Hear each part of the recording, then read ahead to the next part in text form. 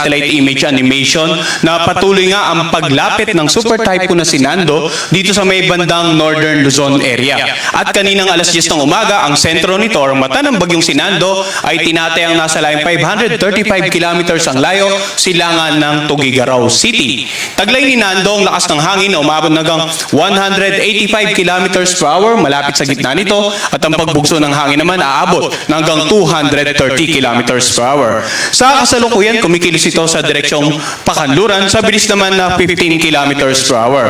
Bagamat napakalayo pa ng sentro ng bagyong si Nando sa kalupan ng ating bansa, mapapansin po natin yung malawak na kaulapan nito ay tumatama na nga sa ilang bahagi ng Northern and Central Luzon. Samantala dito naman sa may bandang kanlurang bahagi ng Central at ng Southern Luzon at ng maging Visayas, mapapansin po natin yung mga ulap ng pinag-ibayong habagat or southwest monsoon. Kaya bukod po sa tropical cyclone bulletin ay nagpalabas din tayo ng tinatawag nating weather advisory patungkol sa ulan na dala ng bagyong si Nando at ng habagat.